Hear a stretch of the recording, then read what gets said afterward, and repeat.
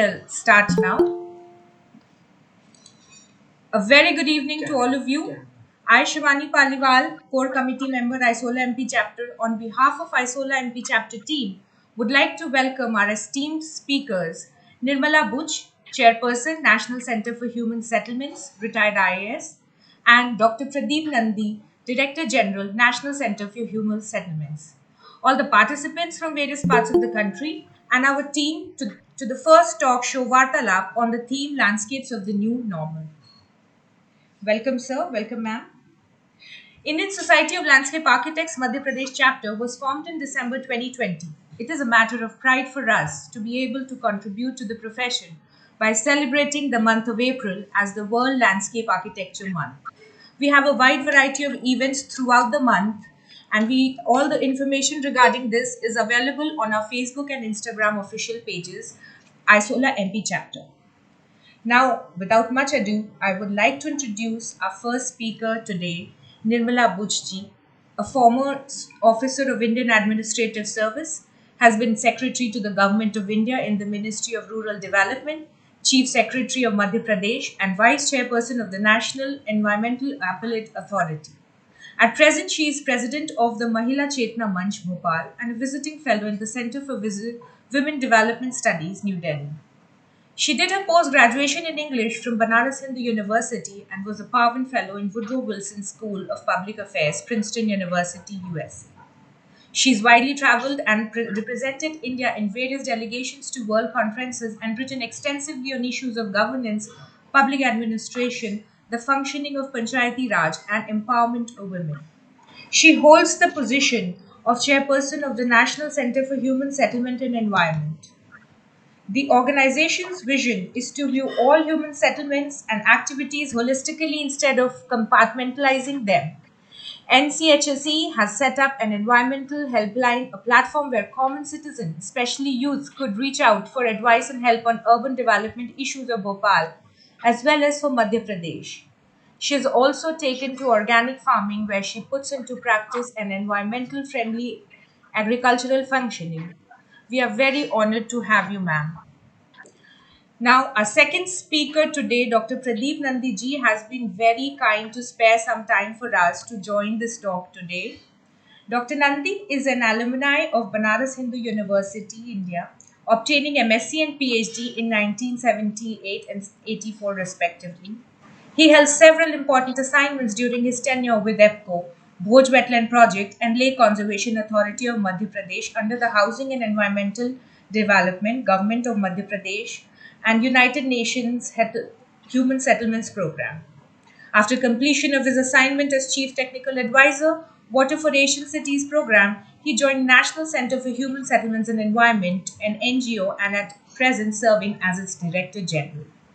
Dr. Nandi has experience of implementing projects related to environmental management, environmental appraisal and impact assessment of development projects, natural resource management, watershed development, implementation of water sector projects. His strategic experience includes development of country strategy, an action plan for wash sector with emphasis on water security and meetings, MDG targets, and SDG on environmental sustainability monitoring and evaluation projects. His international assignments includes conducting training program on water demand management for the officials of water utilities in Cambodian and Phnom Penh, providing technical support to the Monga municipality in Bhutan for the implementation of rainwater harvesting systems, for community water supply and establishment of water classrooms and provision of water sanitation facilities in schools. Dr. Nandi has participated in several national and international seminar conferences and published several research and technical papers. Welcome, sir. Thank you so much for joining today. Now, I would like to introduce you to the session chair, the chairperson of ISOLA MP, Professor Savita Raje. She is the chairperson and also the founder member of ISOLA MP chapter. She is teaching for the last 33 years and is the founder of EMARC Landscape at SPA Bhopal and has been the UNESCO expert for heritage issues of Madhya Pradesh. I, inv- I invite her to commence the program. Over to you, Savita ma'am. Thank you, Shivani. I'm very happy to have such a renowned personality, Mrs. Nirmala Butch with us today, and also Dr. Pradeep Nandi, whom I know since a long time, and he is a dedicated researcher and has contributed a lot for the betterment of the environment in Madhya Pradesh. I won't take much time, but we would like to hear Mrs. Butch. The theme of this talk show is Landscapes of New Normal, and this theme was initiated by through observation that during the pandemic and the lockdowns, when man's movements were restricted, so when man was not moving, nature just bloomed and rivers flowed with cleaner waters, birds were happier, animals were seen around in the city where they had left. So how she, as Mrs. Butch, as अच्छा अच्छा with her अभी left vast दिखा रहा था meeting अच्छा experience ठीक है of governance, अच्छा अच्छा looks at this अच्छा अच्छा landscapes of new normal, are they going to be a reality? If हाँ they वो are उसने going to उन्होंने मांगा भी था be एक्चुअली a क्या है मैं दो reality, लैपटॉप में लेके बैठी then एक में रिकॉर्डिंग कर रही इसलिए उसको how हिलाने do नहीं दी दूसरे you, में as पढ़ना था a इसलिए माइक पे बात कर governance रही expert, perceive it? And you, with your multifaceted experience, how do you perceive this landscapes of new normal? अच्छा कोई बात नहीं मैम Madam, आपका this स्टार्ट ही हो session गया is तो going to be सबसे an मैं interactive session. We would invite the people also to but join अभी माइक ऑफ and करेंगे ask you relevant questions. And with Dr. Pradeep Nandi also. Thank you very much, Mrs. Nirmala Butch. Thank you, Savita. To begin Thank with, you. let me thank you for giving me this opportunity to interact with people who are experts and those who are interested in landscape architecture. I would admit that I know nothing about the landscape architecture. However, when this program came, it made me reflect as to what we have been doing. Do we have anything to do with the landscape? And I found that what we have been doing is really we are interacting and we are not sort of really directly concerned with the physical landscape, but we are really concerned with the human scape, which is the other way of looking at a landscape. After all, what is landscape? Is the whole picture for everything, the design, the line, the form and mass and all that. Same thing in the case of human beings. So when we are working in governance or even in management, sometimes where people don't realize, we are really looking at the human scape. We are building human scape. We are enabling people to have a better human scape. And when the crisis comes, then we find that human scape has also to be something which has to be as important as landscape. And they both have to merge. They have to react. So, and this pandemic has really made us realize that there are a lot of things which we are doing, which perhaps we should not have done, and a lot of things which we are not doing, we should have done. So it makes us, as I said in the beginning, to make us reflect about whole approach.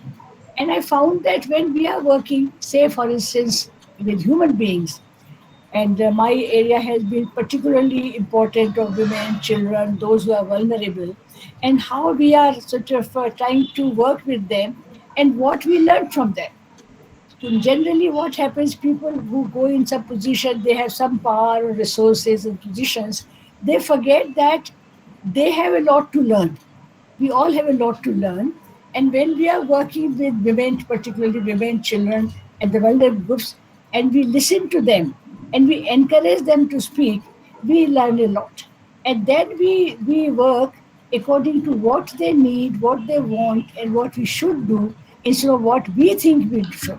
Because quite often, a lot of people among us in our all categories of life, they sometimes acquire what I would say arrogance of power. We start thinking that we have all the answers. The moment we feel that, I think we are gone. So that's the first lesson we learn, that when we are working with people, we have to learn to remember that they are the people for whom the whole governance is, and therefore the human scape has to be according to what they need and want, not what we think we should be done. We should learn constantly. And that's a very important lesson which we learn, that even the smallest person, the youngest child, the poorest woman has a lot of wisdom to give us.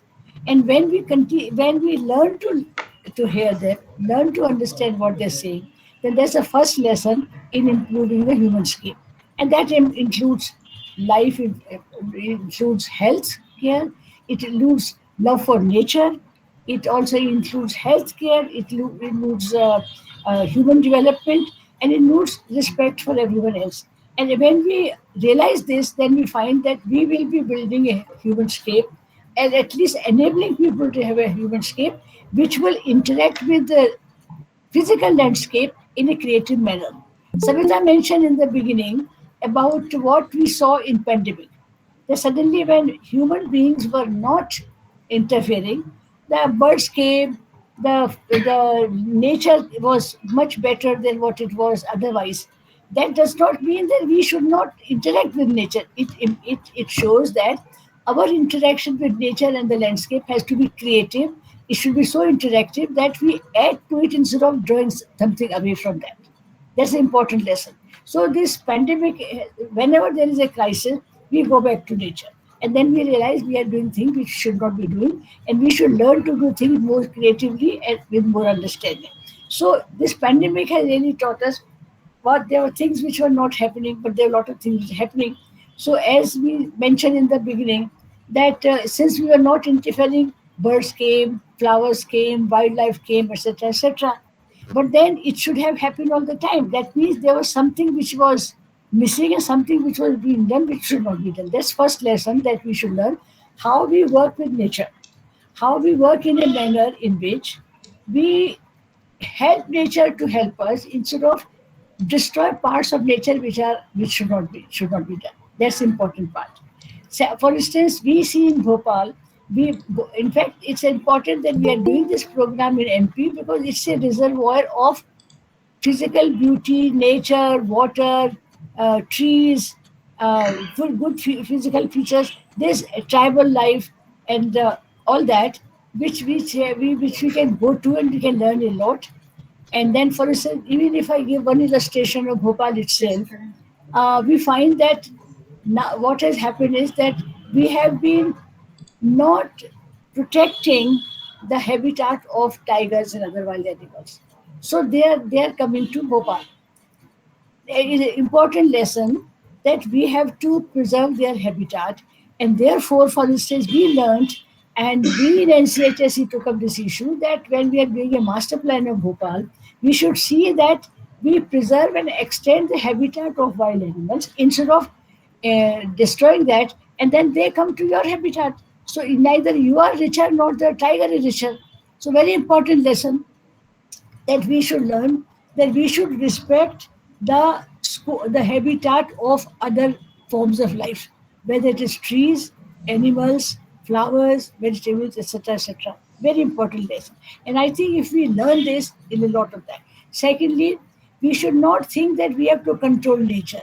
We have to see that our human scape of education, healthcare, and everything is such that it is creatively interacts with and adds to the physical landscape, and then that gives make it richer for the wildlife, richer for the tree life, and also makes richer for us. We can get everything when we want, and we can give everything we want. I think we should remember what Gandhiji said: there's enough for our needs, but there's not enough for everyone's greed. And an important lesson. If you go back to our culture, we'll find that we have lessons, something which we have forgotten. We don't look at them. But if you look at them, we'll find in this area that what the when we have a new normal after pandemic is over, hopefully it is over, where that we have to do a lot of things which will be more creative, which will be more protective, which will be more natural, and where the human scape as well as the physical space and landscape will be richer. Very important. Even if you say, for instance, education, children don't, I mean, today's children in number of places have not seen the actual flower. They only read about the flower. They don't know about the leaves. They don't know about the shapes of things and why they are like that and how you can do things like that. Similarly, about bird life. So lesson that how we can be creatively be interactive with nature and try to be with it like if with the flow of water instead of trying to control water. I mean, is another dimension. These are very important lessons.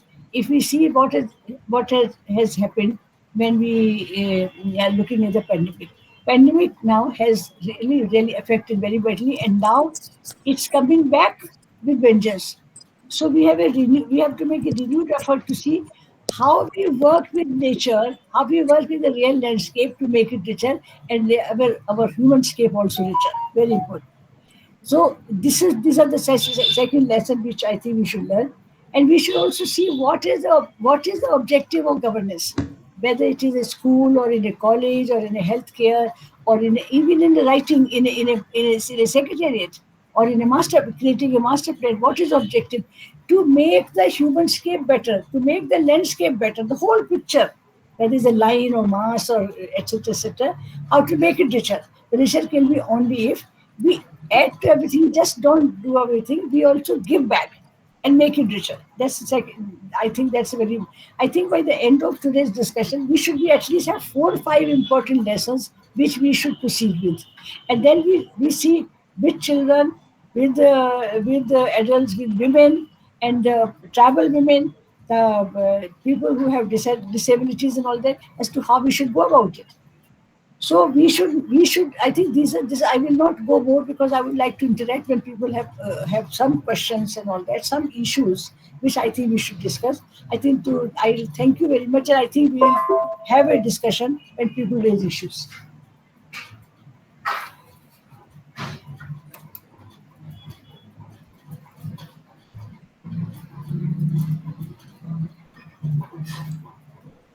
Yeah.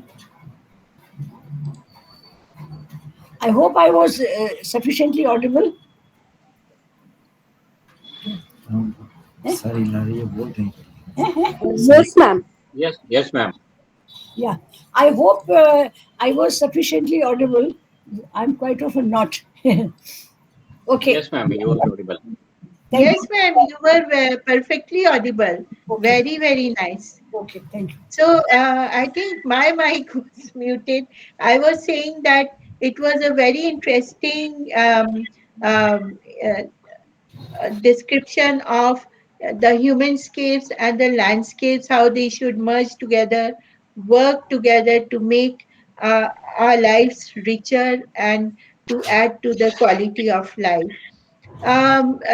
This would be an interactive session, so we would like from the audience also if you have some relevant questions, something you want to ask, because we have on chair a very, very experienced person and who has multifaceted experience, and she would be just the right person to answer any queries regarding our theme.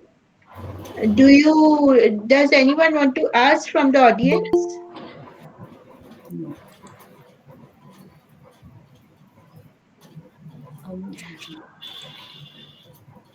Anyway, I think they will take some time. Okay. Before we move ahead, we would like to have some inputs from Dr. Nandi. Like, what does he look at the landscapes of new normal, the challenges that we face today, the new challenges added to the old challenges? Like, you have worked with water resources and you have worked with water quality and environmental quality. So, how do you look at it? What the new challenges have been added to landscapes of new normal, the landscapes of the future? By landscapes, it means the environment, urban environment of the future. Yeah. Thank you very much. Thank you very much. Uh, since I am close to this, I will be talking from this one only. Yeah. A second. Okay. So Yeah. thank you very much for giving me the opportunity and giving opportunity to express some of the points which I also feel that this is necessary to discuss. You see that COVID-19 pandemic started from China, and thereafter it is spread over the world, and now the entire world, mostly every country is affected. Now, research component is one thing with respect to medical aspects, but there are other things which you are talking about in the environment. There are two things we find that there are positive and negative both on environmental impact, which are direct, some of are direct and some of are indirect ones. Suppose during the lockdown, first lockdown, as nationwide lockdown in India, what we felt that the transportation sector was stopped, and leading to that one, that we find that the air quality were improving along the highways. Then industries were also stopped, so there was no emissions or effluent emissions to the air and effluent to the water bodies or the rivers. So what if we find that the rivers started improving, their quality started improving, and the air quality in the urban areas started improving. So there are a few results. Still, the results are coming, and people are still analyzing the facts and that what is that happened. But few studies conducted in the initial period, it has been found that air quality wise, the nitrogen oxides which are generated due to automobile is a part of automobile exhaust is reduced by your 25%, as well as the carbon emissions were reduced to a considerable level.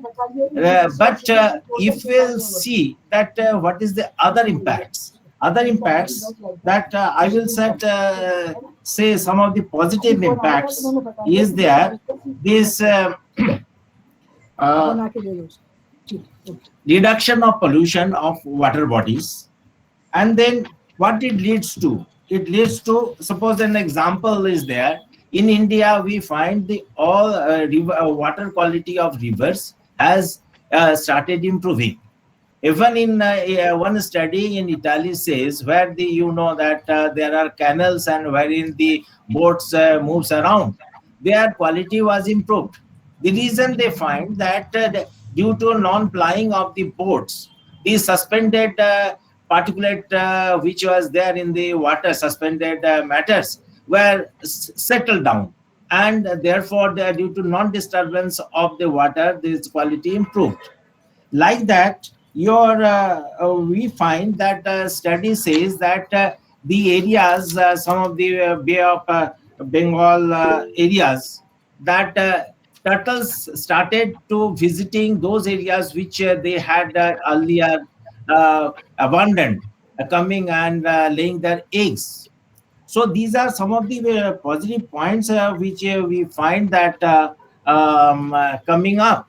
The studies also says that the wildlife, with respect to wildlife, that due to pandemic and the restrictions on the transportation, the in the wildlife areas, the accidents usually occurs that when the highways etc. passes through a wildlife area, there are accidents, and wherein the fatal accidents causes the life of the animals.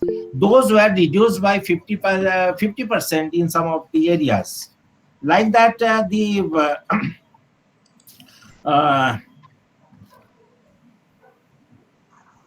fishing. Here, some of the people expecting that the biomass of the fishes will increase, since there are fishing were stopped, and therefore the biomass will increase. These are some of the positive points we find. But while negative points, what happens? That though the industry in some areas not discharging effluent, the quality of the rivers were improving. At the same time, some of the areas, suppose in one in Peru, example gives that due to oil rigging operation, stopping of the oil digging operation, there was a spilling of oils, and that contaminated the groundwater for the tribal people they are living there. So this is also a negative impact. So we are learning so many things, and it is still going on. And in Africa, it says that due to pandemic and due to lockdown and the activities, stopping of activities, people were searching for their livelihood and earning. So poaching in some of the areas in African countries has started become very more like your poaching of rhinos or elephants that increased. So these are some of the very bad news. Even no doubt, COVID is bad news for everybody. Everybody knows that. Still, we don't know whether it is a doctored virus or it is naturally occurring virus. But we are struggling with it. No doubt that is the negative part. But there are other negative part also, that there are deforestations also increased in some of the areas because of no people there to protect those areas, and therefore the illegal operations were going on. We find that some of the lessons, if we'll see, that from this, that there is need for shifting towards environmental friendly activities. And one of them is the environmental friendly fuel, actually, so that your carbon emissions and the nitrogen oxides and sulfur dioxide emissions are reduced. So there is need to rethink that how it can be done. Already European Union has reserved funds for promoting non-renewable energy to reduce pollution in that level. Every citizens and industry have to act responsibly. This is the lesson that we should try to communicate and try to encourage people to do that. Regularity authorities to improve their monitoring system and to act so that the industrial activities are environmentally sustainable. We also feel that you see, due to urbanization, we find that the green spaces are being depleted due to your widening of roads, etc.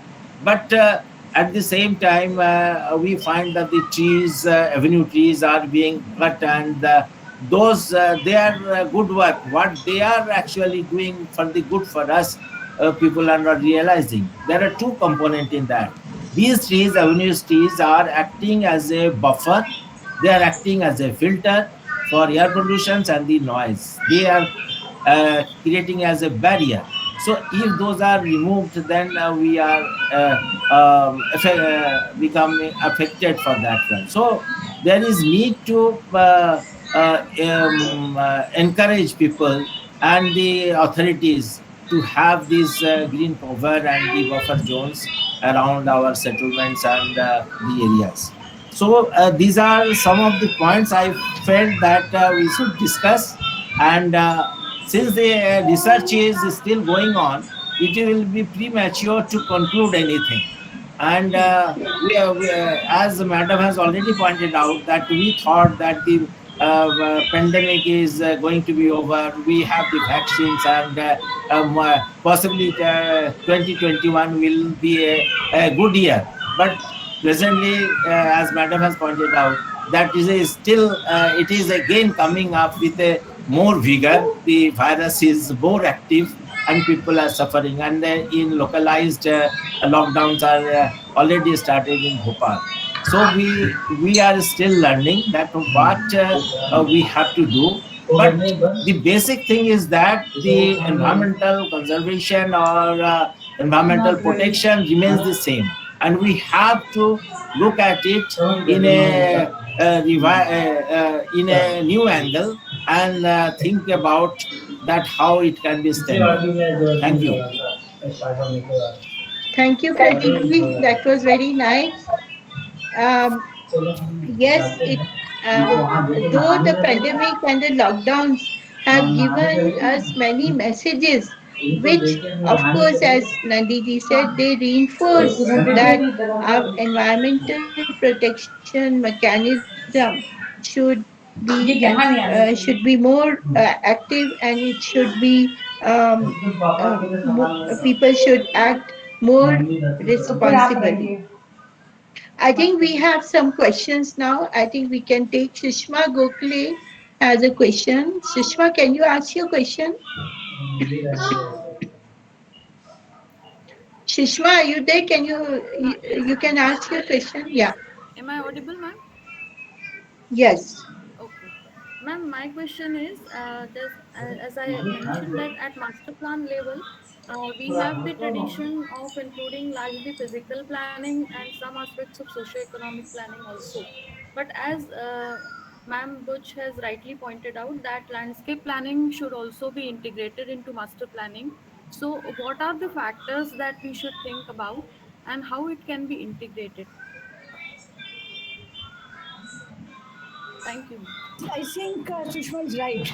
When we look at it, let's say for instance a road, it has a utility, but we should see how much of the road and how much is it taking care, and what are the things which we can do to ensure that it has a positive, positive impact, positive impact instead of any negative negative. That we can do that. You can plan the road in such a way it is cost effective, it is pro people, it is pro nature, instead of having something which is 25% pro and 75% negative. It's happening. I mean, some of the river link programs, some of the roads. Do you need 20 meter or 40 meter? What is the thing? And do you really need to take away the trees? And if you, and you know, for instance, there have been examples in the past saying that you will have compensatory plantation. It's the most defective mechanism to take care of it. So when we look at the issue and say how we can take care of the need of nature, regeneration, all that, we should see how practical and correct it is. You cut 5 trees who are 20 years old, and you add 50 trees who will take another 10 years before they become a tree. No point. So when you look at the examples of what we should do to ensure this is people friendly, nature friendly, and we work together, we should really examine it correctly, and we should all put our mind to it and give suggestions to how it can be people friendly, nature friendly, and conservation. And I think we are doing that. For instance, master plan of Bhopal, things like that have been mentioned. How to conserve it, how to conserve the lake of Bhopal. How you should not if you pollute so many things. But those who have agreed, don't look at it. We should be able to see that our policies and our structures ensure that everyone understands, is aware, understand, listen to it, and practices. It's not sufficient to be aware. It's also necessary they should understand. It's also necessary they should practice, and they should see the results. Thank you. Yes, very correct. Awareness is just half work done. It should be practice, and it should be whether it is really implementable like that. So it is extremely important. Just awareness will not solve anything. Actually, if I Ah, can give an example, for instance, there was a time when you sent a communications to someone, you assume that the communication has been sent, yeah. communication has reached, communication has been understood or practiced. But now the things have become so different in across that if you are communication is being sent, you cannot guarantee it has been sent. You Yeah. cannot guarantee it has been received. You cannot Yes. guarantee it has been understood. You cannot guarantee they've understood the practice. So all these aspects, all these things together make the picture strong, and then we can achieve what we want to do. Not by just assuming that things are happening. Thank you. Yes, for a complete picture and to have real impacts, positive impacts on the nature, these three stages are very important: awareness, practice, and actual understanding and implementation. I think we have question from Anuj Gurjar. Anuj Gurjar, can you ask your question? Yes, ma'am. Yeah. Ma'am, yeah. Ma'am, I have this question that yesterday or day before yesterday, Kamala Harris has क्या बोलते हैं, have announced that there will be a war over the water in some of the like passing years in future. So what are your views on that? Like, please elaborate.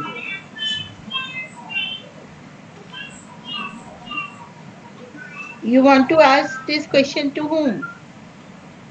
Nirmala, ma'am.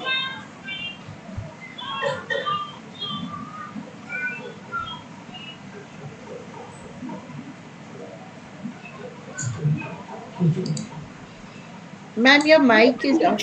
This is an apprehension, and I think we should disabuse our people from those apprehensions. Yeah, there can be tensions, there can be disputes, but we should put things such a way in the public that all parties understand.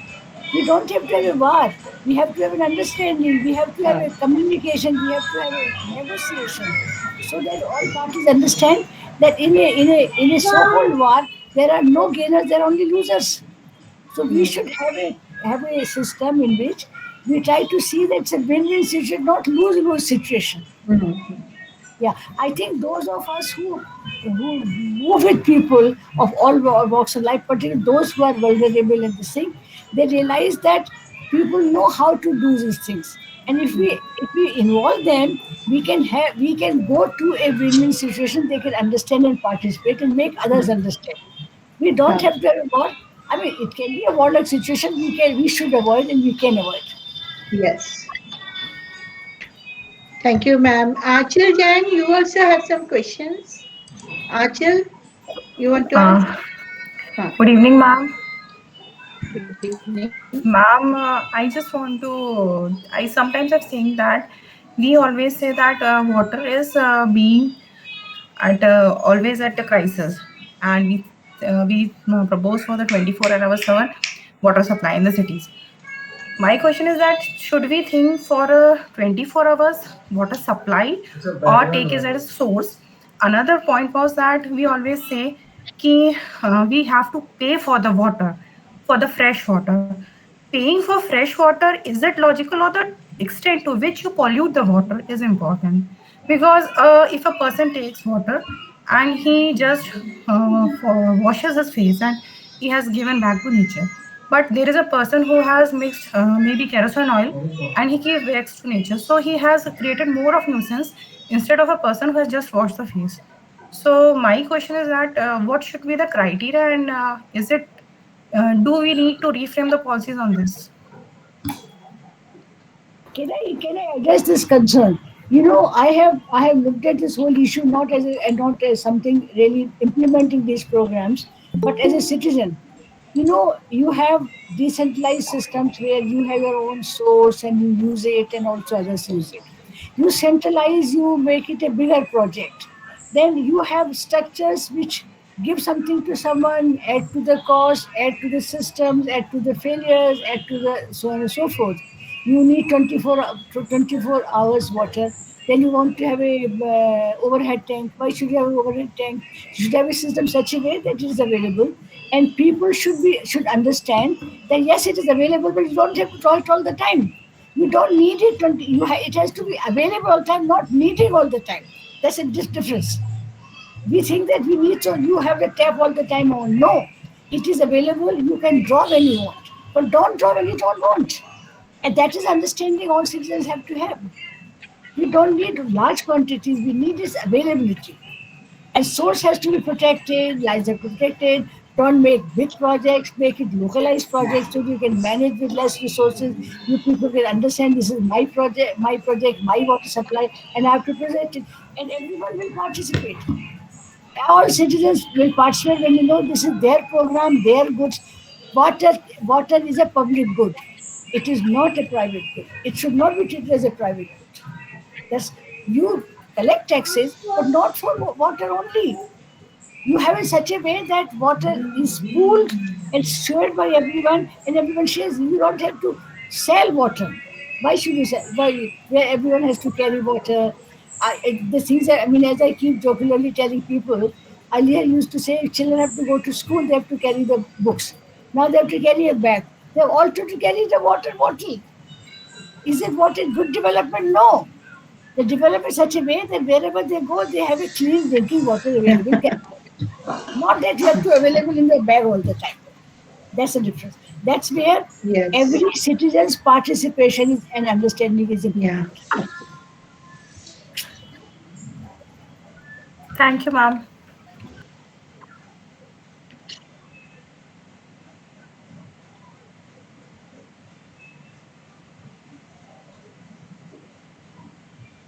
I think Dr. Nandi, what I think yesterday you were talking about the main challenges which calls for a lot of research. Uh, that is the challenge that has been um, introduced by the lockdown, by this pandemic. You have to wear masks, you have to have so much of protective layers on your body. So would you like to throw some light on these challenges? Dr. Nandi, can you hear me? Yes, I'm talking from this. Dr. Nandi, could you hear me? Yes, Yeah. yes, I'm responding. I'm responding to your question. Okay. And Okay, yes, right. you see that Yes. everybody knows, and everybody nowadays using a mask. And if everybody is using a mask, every material we use, it has a life. So it has to be somehow, sometime after that one, it has to be disposed of. Like that, where the medical fraternity or the persons involved with the treatment of the COVID patients using protective gear, etc. Now, a lot of additional biomedical waste. It will be the material which are generated from a hospital, and if the medical personnel are using or the patients are using, those will be treated as a biomedical waste. Nowadays, the biomedical waste, due to COVID situations, additional 100 tons of biomedical waste is generated per day now. These biomedical wastes are actually being treated as a within the incinerator, or somehow other type of treatment is given. Now, if these materials are recycled or treated otherwise, it needs a facility which we don't have presently don't have. It needs additional facilities for treatment of those things.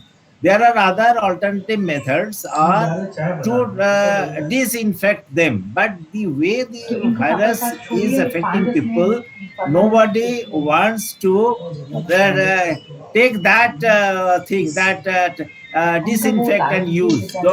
Nobody tries to take that risk.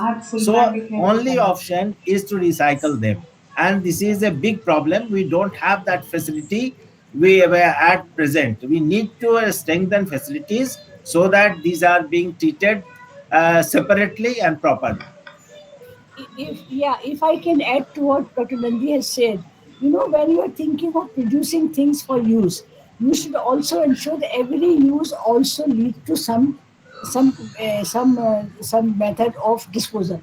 So we should know how it can be disposal. Can they be more beneficial, or less harmful use of the thing? For instance, we say about the plastics all the time. Now people have realized that you can use a plastic under the road. Similarly, while we are talking about this, take a holistic, we say, yes, we are producing masks. What can be done when so many masks will come out? People will, a lot of young students are creating methods of how you can dispose of. So that should be encouraged right from the beginning. The production, the original thing, the conceiving, production and use, and also how it will be disposed of in a way in which it is not harmful. The whole thing, the whole cycle should be done, because there will always be some disposal. Just as they have said about the plastics, they have been given a layer under the roads, big good roads. Similarly, they can also be used such a way you make them harmless and then put them, recycle them. All material is not non-disposable. So we should do that. We should creatively use our minds and our understanding and our feeling for people or better humanscape, better landscape. That's how I look at it. And it is possible. It's possible that we use all of these things simultaneously. Don't earlier you say, if you don't use incinerate, no, don't incinerate. The other ways of disposing of biomedical waste. So we have to, in fact, the important part is involve all citizens, small or big. If they involve in it, it'll make a difference. If you just say that you do this, it will not work.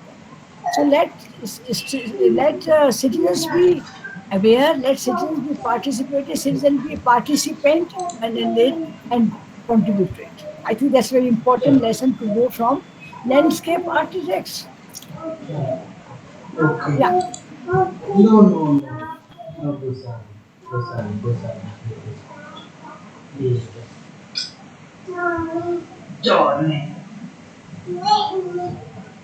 Thank you very much, Madam and Pradeep ji. Yes, you are right that it will produce a lot of, it is producing a lot of waste, but Mrs. Butch has rightly said that whatever it is, whatever we need, we have to use our minds creatively and to and everything need not be going to the incinerator, everything need not be recycled and need not be treated, but it can be used creatively. Like she gave the example of plastics, which is very, very interesting and very important for the landscapes. Do we have any more questions? I can just add to what you've Do we said. have any I more think questions?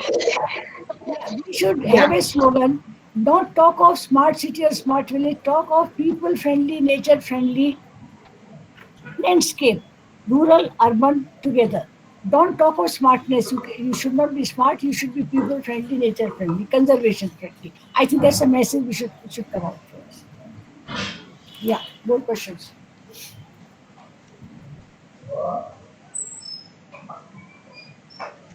Yes, very nice. Instead of smart cities, it should be a combination of cities and the rural landscapes, and it should be people friendly and nature friendly places rather than just smart cities, which is a very interesting viewpoint. Do we have any more questions, Shivani? Do Yes, you have ma'am. any questions? Yeah, I have a small please. question to Yeah. both of them. Like NCHSC, as we mentioned, has set up an environmental helpline. So I wanted to know that during the lockdown, we saw nature thriving better. So during that time, did you have people approaching to your helpline for any kind of environmental issues? What were they like? Because we saw nature getting little better. So were there any kind of concerns? We need to know how how do people respond to your helpline? How does it work, and what are the kind of concerns people came up with during that time? Actually, let me tell you what our environment helpline is. We made it an open platform for people to bring up issues. And those issues we discussed and we took up with authorities to as to what should be done about it, whether it's lake conservation, tree conservation, problems and all that sort of thing. And also master plan in smart cities, which we took up successfully. In the pandemic, people did not bring out, you see, people got so busy about how to help people to get food, how to help people to get things which were not happening because of the lockdowns and all that. So they became very busy with such immediate issues, and therefore those larger issues have to come down. So, but unfortunately, the situation again become very bad.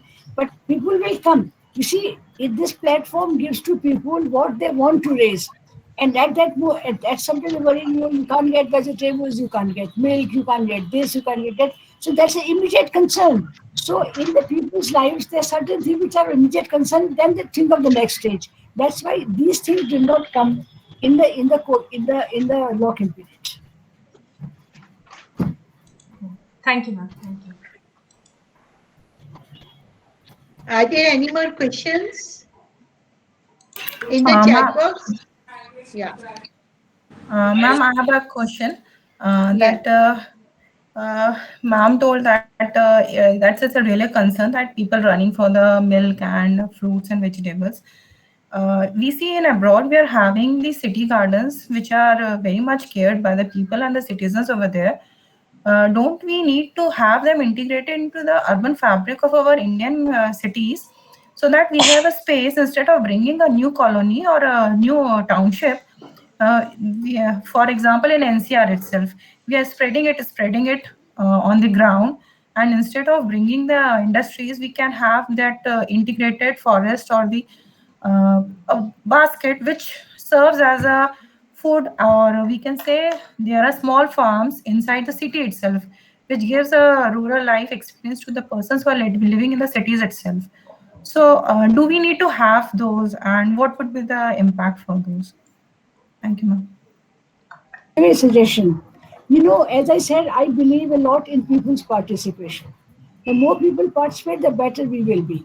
Let us float a discussion paper on the net or in the newspapers and media and say, people, how would you like it? And we can give illustration as some of the other places are doing. Even in the West, different cities have different ideas as to how to do it.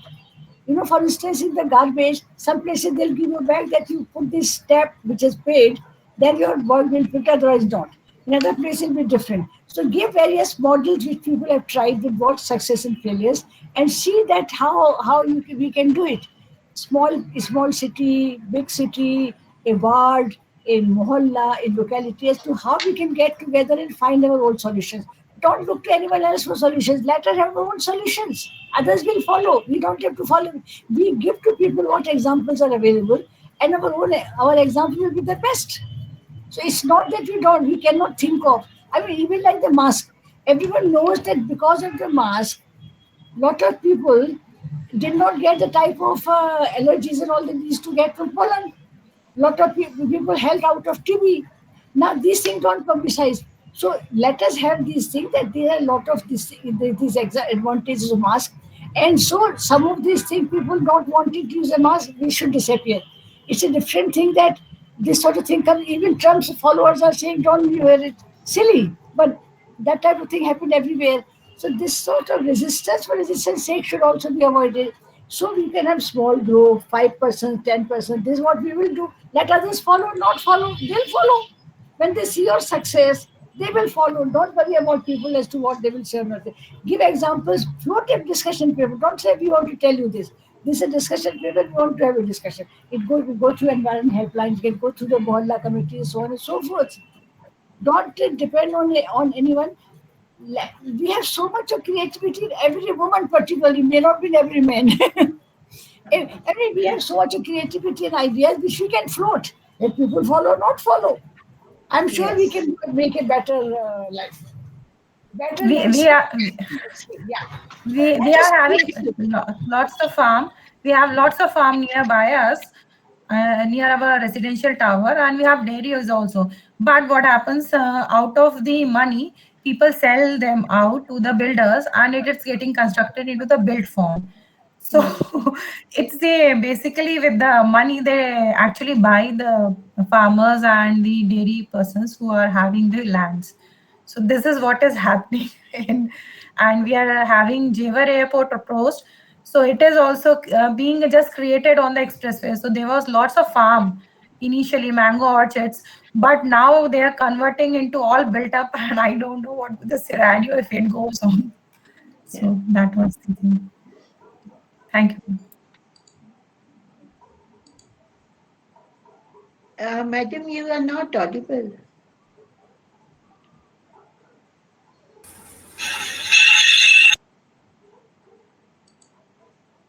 Ma'am, your mic is off. Nirmala ma'am, your mic is off.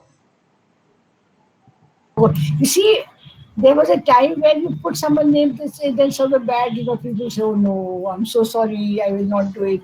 But nothing happens now. Shame is not something which is an issue with anyone. So let us put it and say, these are the examples which we should look at. Don't say name, shame, etc., etc. We should change. We should persuade. And I think quite often if we tell the lady of the house, she will persuade her husband to change. I'm a great believer in women power. Honestly. Yeah. नहीं हमको Yes. करना चाहिए. Yeah, I think we should use whatever is available. Old examples, where people used to say you send a letter to the chief minister and to the ministers, the MLAs and the councillors. They're out of date. So let us put something which people will immediately react to. Simple. Times change, people change, age change. Use Take note of that. Don't go to old new methods. That's one Yes. example. One very clear this thing. Everywhere things change. Well, so we should address the change situation, change human beings, and change methods of looking at things. That's how I look at it, and I'm sure people will join us. I took up an issue about, government said don't have more children. I said children are not a liability, children are assets. If you use human development, education development, they're assets. You don't educate them, they're a liability. So why say the more children are bad or less children are good in the same? So look at the issue as to you create good human beings by investing in human development. They will be an asset.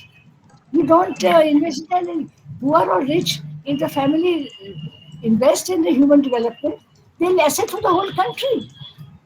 So do that. And I got the law changed by the number of states where they said you cannot contest elections for more children. I said, what election do with children? There are assets. Have as many as you want, but don't have too many or too little or whatever. Make an Yeah. informed choice. Make an informed choice. Doing everything. And you will make life peace. Yeah.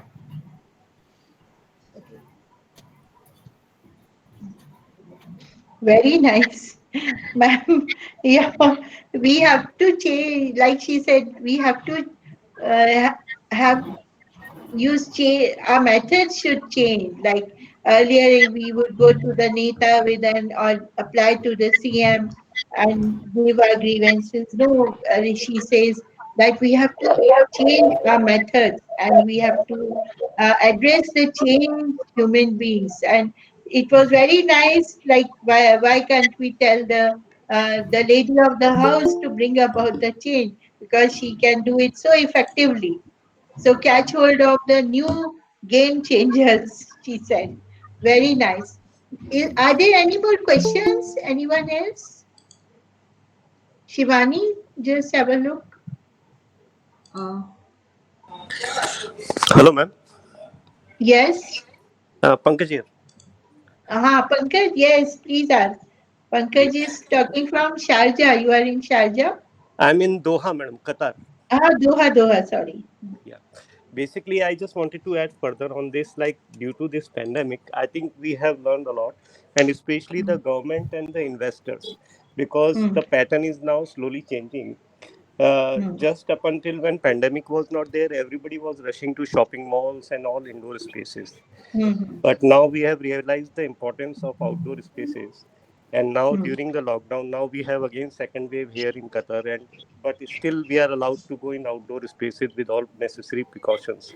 So what Hmm. government is doing now, they are stopping the plans of all these, like making another kind of big footprints of buildings, colonies, and whatever, and they are Hmm. focusing more on to improvement of the like landscape, urban scape, and these things. So I think this is a great kind of learning, and I believe it is happening all over the world gradually. This Hmm. is what I wanted to add. Yes. Very good.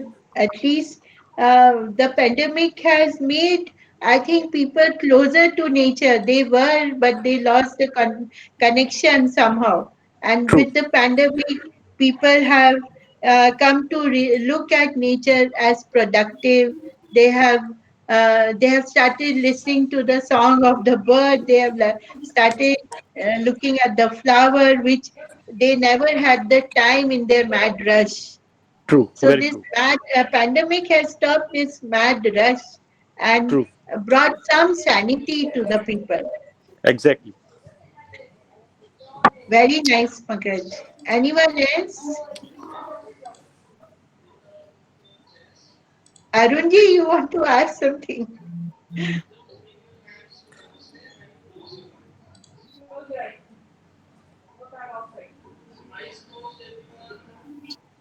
Okay. Should we wind up now? I don't think there are any more questions. And we had a very, very interesting. Ma'am, I have a small question. That Yeah, do sure. we do we need to have unnecessary trips if we can work from home for some of the aspects of our? Is it necessary to have unnecessary trip? Because we got a lot of good air quality in the NCR region when there was a lockdown. Hmm. Your question is addressed to whom? Both ma'am and sir. Okay. I Man, think it's your a mic potential. is off. Yeah, you know it's on now. You see, you can see whether there is a need demand or of something to do in the Asia region. It will definitely make a difference, but depends on how what people want. Just collect from people as to how much they want to do that. But you know, one lesson is very clear, as I mentioned just now for Qatar. Physical size of the physical infrastructure, size of the mall, size of the building, cost of the building are not the indicators of progress. Yeah. Indicator progress are how much better we have made human life by providing the necessities in a form in which they can afford, in which they are accessible. I think that's your lesson. So I think a lot of difference will take place, and people will also know that they can work from home, they can work from office, they can work with nature. In my house, the parrots and squirrel eat together every morning. Yeah, Uh-huh. I don't take it. Yeah, so you can create. It is in your Yes. hands. In your Yeah. hands. Yeah, and so much of knowledge available, particularly on the digital platforms. So much of knowledge is available. So much is Yeah. available. You can contribute to it. You can use it and provide. I think you can take further initiatives. I will be all for you having number of these things where people can interact, and maybe something very good will come out, suitable for Yes. every place. Yeah, Yeah. I think it's a good idea. Float a discussion thing and say whether people want, and based on that, you work it out. Yeah, good. Yes. Yeah. Very nice. Anyone else, or we should? I think we have uh, reached 1 hour. It is beyond 1 hour. We can still take one more question if anyone is interested. Well, it is building up now, actually. Ma'am, I think we don't have more questions from Okay, our okay. So participants. I think we should wind up now. So I would sum up the discussions in brief. I would really thank Mrs. Nirmala Buj and Dr. Pradeep Nandi for their valuable inputs. And I am really like we have got some very interesting insights into landscapes of new normal and how we about our existence in the future. Mrs. Butch has very aptly, because she is a governance expert, she has had great experience of working with the people, and after that she has great experience with working with women and children, the vulnerable class of the society. And with all that experience she has she has come up with the term humanscape, and she has said that this humanscape should merge with the landscape to result in something very positive where both are happy, the landscapes, the natural landscapes, and the humanscapes. Both are happy and healthy. She has also stressed upon uh, uh, arriving at new methods of uh, looking at for changing the situations. If you are not happy with one situation, how you can use some new and innovative methods to bring home the point. So she has insisted on a reflection on our whole approach, our present approaches. She has said that we learn the first lesson that we learn from this pandemic and lockdowns is that human scape should not be arrogant.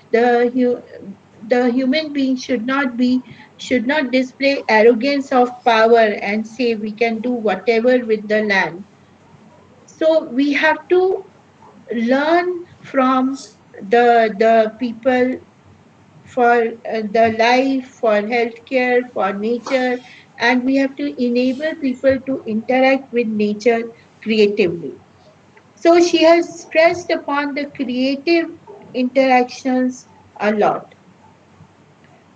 She gave the example of if the habitat of tiger has been disturbed in Bhopal, the tigers are coming into the city. So again, the landscapes and the humanscapes should respect each other and grow together so that none of the habitat is disturbed.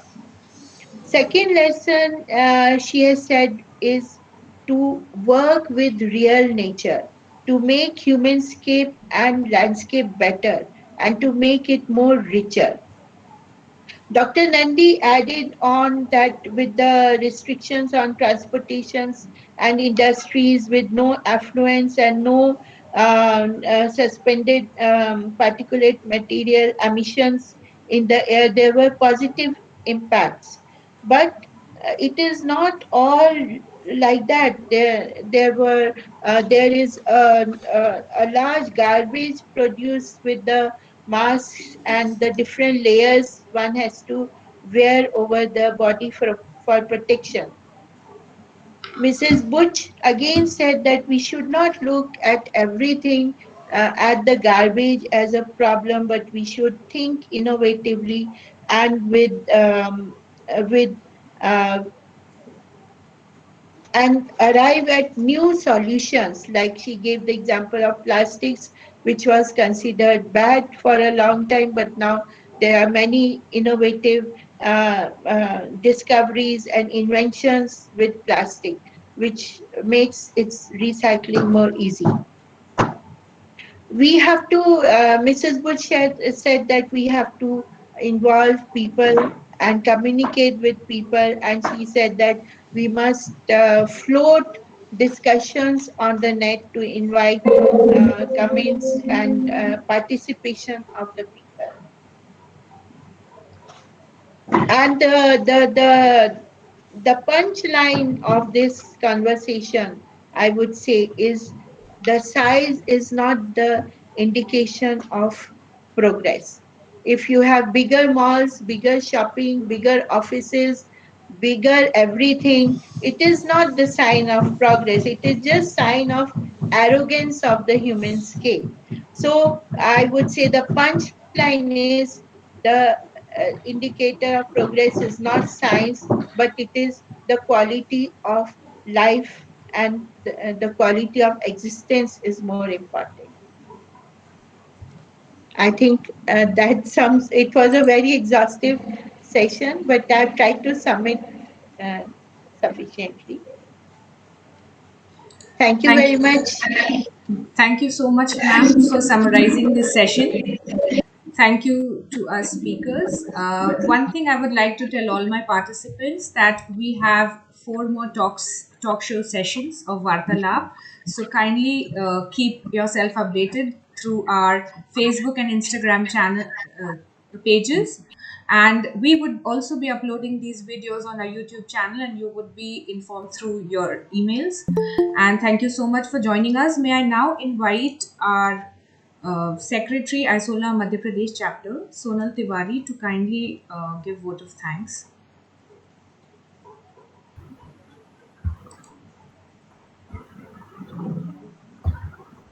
Hello and good evening to all. I hello. Yeah. So I take this opportunity to express our deep sense of appreciation to our wonderful speakers of today, Mrs. Narmala Butch and Dr. Pradeep Nandi. Thank you again, sir and ma'am, for joining us and enlightening us with your valuable inputs. I would like to thank the organization committee of the talk, our chairperson, Mrs. Savita Raje, and Shivani, for carefully and curating the wonderful talk and bringing out a lovely discussion. Further, I would also like to thank the ISOLA MP committee, Mr. Sarang Bhide, the treasurer, Anupama Bharti, architect Richa Raje, architect Urvi Singh, for contributing towards various events and activities. I take this opportunity to invite all the members into the future talks and competition. Looking forward for your participation and coming up with wonderful outcomes. Maybe these would be released in form of books or videos that can bring that can create a dialogue of how the new change should be. So thanks again to all the participants for joining us and making this talk a great success. Thank you. Before we leave, may I request all the participants present here and all the speakers to kindly open your video cameras so that we can have a screenshot so as to memorize this talk show.